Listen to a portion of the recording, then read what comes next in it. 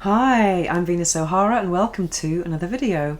This morning I received a very interesting question, so I thought I'd make a video because it was inspiring. Let's read it out. In an older video, you had stated a couple of attributes you looked for in a man. One was a man who was slightly or somewhat submissive, and the second was someone who paid very close attention to detail.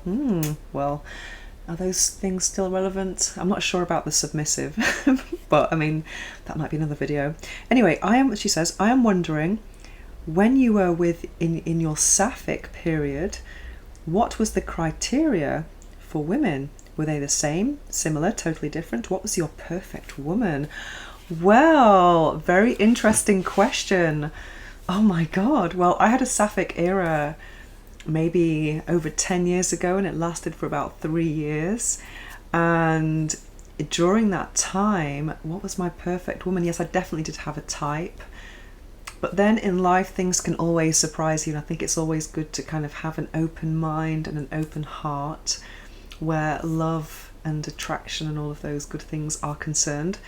And just going back to the point of the man, somewhat submissive. I'm not sure about that now, but I do like kind of quite geeky kind of guys who are clever. And I don't know why, but all the guys I attract in my life are guys who are completely offline. They don't use social media, they don't have Facebook, they don't have Instagram or anything like that. So it's a very different type of person to what I am. Well, I'm not really kind of personally speaking out there on social media. I use social media for work, and that's about it really, but my weekend and private life is kind of like offline really. So I attract a lot of people who are completely offline.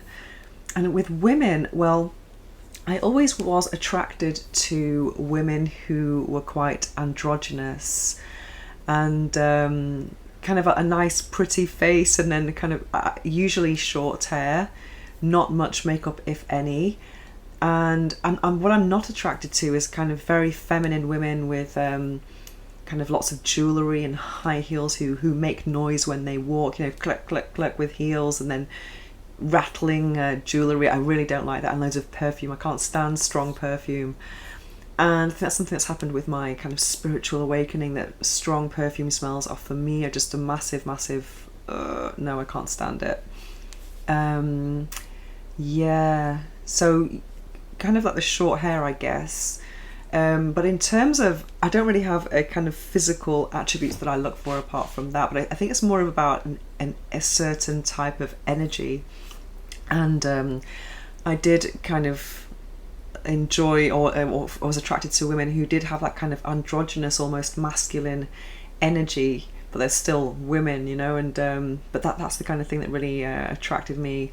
And things that would attract, well, that were similar in my attraction to males would be that I like to be kind of looked after in a kind of princess type thing. I mean, I do like that. I kind of fall for that sometimes because I am a kind of very strong, independent woman most of the time. But sometimes when I choose a partner or a partner emerges in my life, and it's someone who's generally kind of taking care of me, because I was kind of like, it's kind of nice to kind of give in and not be thinking about control all the time, because you actually have to. If you're a single woman on your own, you have to constantly be on the ball, but it's nice to kind of not be for a while anyway.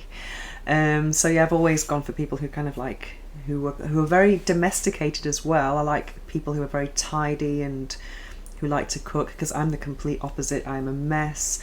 I would never have been a domestic goddess or a housewife or anything like that. That would have been terrible for me. So yeah, I do like those attributes. And obviously in sexual terms, someone who's generous and who's going to go down on me, and that's really important.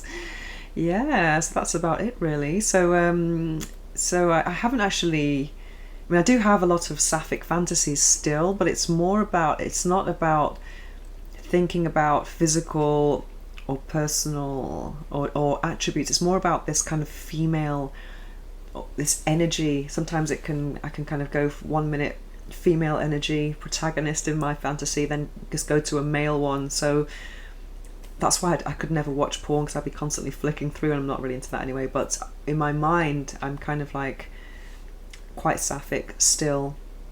But in real life, I think it's a lot more complicated than that. Very, very complicated. And for me, it started off like as being a sexual attraction, a kind of curiosity, really. I was bi-curious, and then it became something completely different. To my surprise, I actually fell in love with a woman, and I never knew that that would be possible.